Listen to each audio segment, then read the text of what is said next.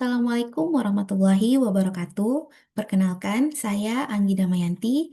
Hari ini saya akan mempresentasikan dua sesi dari mata kuliah Organizational Behavior, yaitu perilaku individu dan kelompok dalam organisasi yang saya pilih dari materi sesi keempat dan kelima. Manusia adalah aset paling berharga, sekaligus elemen paling dinamis dalam setiap entitas bisnis. Dalam 5 menit ke depan, kita akan mengupas bagaimana karakteristik personal dan interaksi kelompok membentuk efektivitas dan kinerja organisasi secara keseluruhan. Kita mulai dari fondasi mendasar yaitu perilaku individu. Sebelum memahami dinamika tim yang kompleks, kita harus memahami apa yang menggerakkan dan mempengaruhi seorang manusia di tempat kerja. Dalam bagian ini, kita akan membahas mengenai analisis komprehensif mengenai fondasi fondasional kepribadian, persepsi, nilai, dan motivasi kerja individu. Yang pertama adalah karakteristik individual. Perilaku individu di tempat kerja dibentuk oleh dua elemen mendasar. Yang pertama, faktor biologis, yaitu usia, jenis kelamin, status pernikahan, dan masa kerja. Yang kedua, kemampuan atau ability, yaitu kapasitas fisik dan intelektual individu dalam menyelesaikan tugas. Untuk memprediksi kinerja kerja secara nyata, kita menggunakan kerangka model Mars. Yang pertama, motivation, yaitu dorongan internal untuk mencapai target. Yang kedua, ability, yaitu kompetensi dan keterampilan yang relevan. Yang ketiga, role perceptions, yaitu pemahaman yang jelas atas tanggung jawab tugas. Yang keempat, situational factors atau fasilitas dan lingkungan kerja yang mendukung. Jika salah satu elemen ini lemah, misalnya karyawan berpengalaman namun tidak paham prioritas tugasnya, maka kinerjanya tidak akan optimal.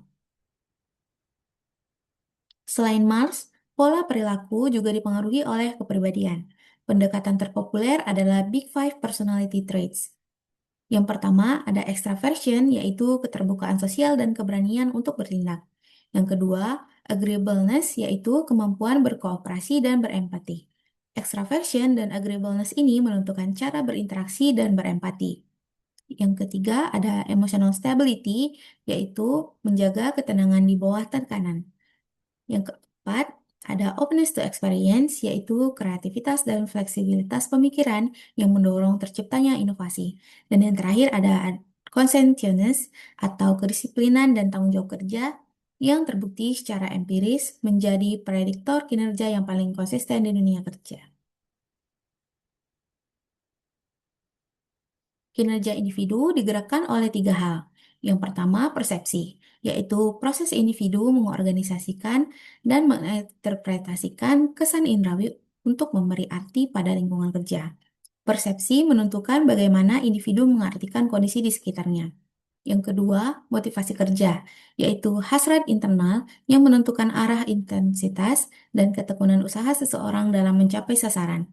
Motivasi kerja menjadi energi yang menjaga ketekunan kerja. Dan yang ketiga adalah sikap kerja, yaitu evaluasi positif atau negatif terhadap pekerjaan yang mencerminkan kepuasan kerja dan komitmen organisasi yang berdampak langsung pada tingkat retensi karyawan. Sekarang kita beralih ke bagian kedua, yaitu perilaku kelompok. Ketika individu-individu ini bergabung, timbul dinamika kolektif yang jauh lebih besar dari sekedar penjumlahan individu. Dalam bagian ini, kita akan mengkaji interaksi antar anggota, perkembangan kelompok, serta strategi optimasi efektivitas tim. Sebuah tim tidak langsung menjadi efektif secara instan. Menurut Bruce Tuckman, ada 4 tahap evolusi tim. Yang pertama forming, yaitu tahap orientasi dan penentuan aturan awal. Yang kedua storming, yaitu fase krusial di mana timbul konflik ide dan perebutan peran. Yang ketiga norming atau fase penyelesaian konflik, pembentukan norma dan penguatan rasa kebersamaan. Dan yang keempat adalah performing, yaitu puncak efektivitas di mana tim bekerja sinergis mencapai sasaran bersama.